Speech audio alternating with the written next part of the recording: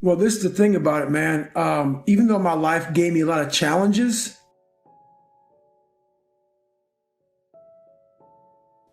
that didn't. So people say, oh, well, how can I become hard if my dad didn't beat me? If I didn't stutter, if I wasn't called names, if I wasn't bullied, if I didn't endure all the things you endured. Yeah, all those things can make you a hard motherfucker or they can make you very soft. I made a choice. And those things didn't make me hard. I had to find strength within them. Where I became hard was the discipline the self-discipline. Key word is self. Discipline is great. Self-discipline makes you a master of yourself because no one is helping you. That's where you really start to callous your mind. You callous your mind not through enduring a hard childhood or a hard life.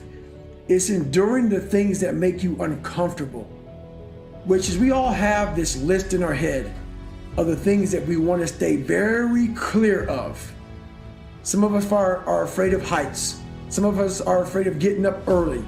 Some of us are afraid of cold water. Some of us are afraid of going to college. Whatever it may be, we have this list that we are staying very clear of. You need to get that fucking list, put it in front of you, and start making that list the only list you go from. And during this list is how you start to create the calloused mind. You're never going to be able to callous your mind by going to this magical list in the golden tool shed that makes you feel all comfortable and fuzzy inside. There's no callous there. Like, I did 4,030 pull-ups in 17 hours to break the Guinness Book of World Records for most pull-ups.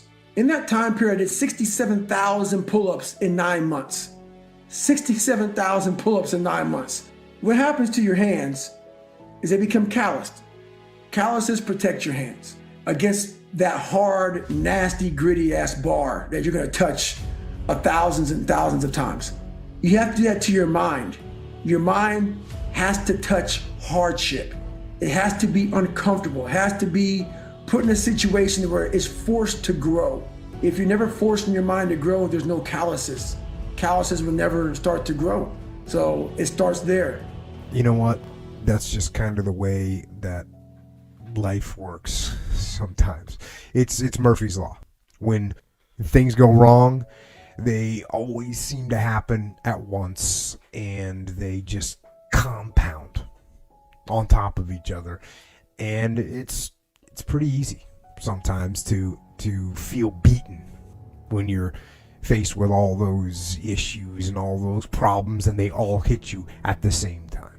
But let me tell you, that doesn't mean give up. In fact, it means the opposite. It means it's time for you to fight harder, to dig in. It means it's time for you to go on the warpath. And that starts with one of the fundamental laws of combat leadership: prioritize and execute. What's the biggest problem?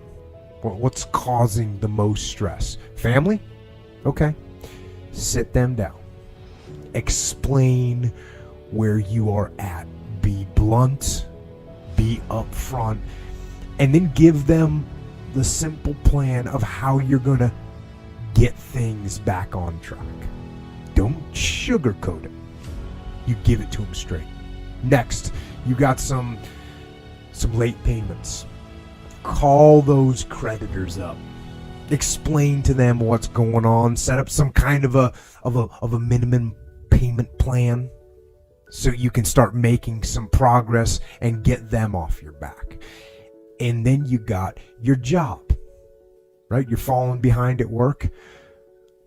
Okay, talk to your boss. Face it.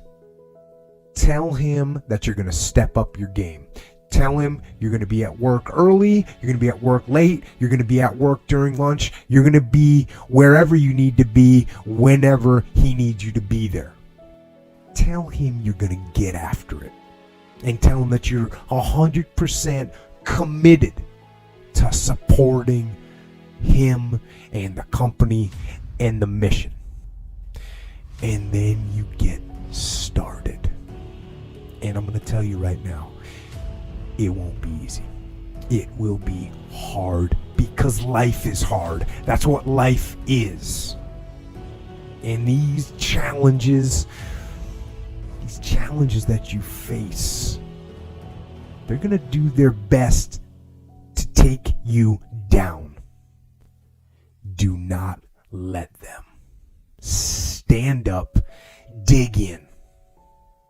Line up those problems and confront them, face them, fight them. Do not let them bring you down. In fact, let those challenges raise you up. Let them elevate you. Let their demands and their trials make you stronger. Let the adversity you face today turn you into a better person tomorrow. So in the future, you look back at these struggles and you say to them, thank you. You made me better. There's a concept that I don't want to be an icon. I want to be an idea. You know, I want to represent an idea. I want to represent possibilities.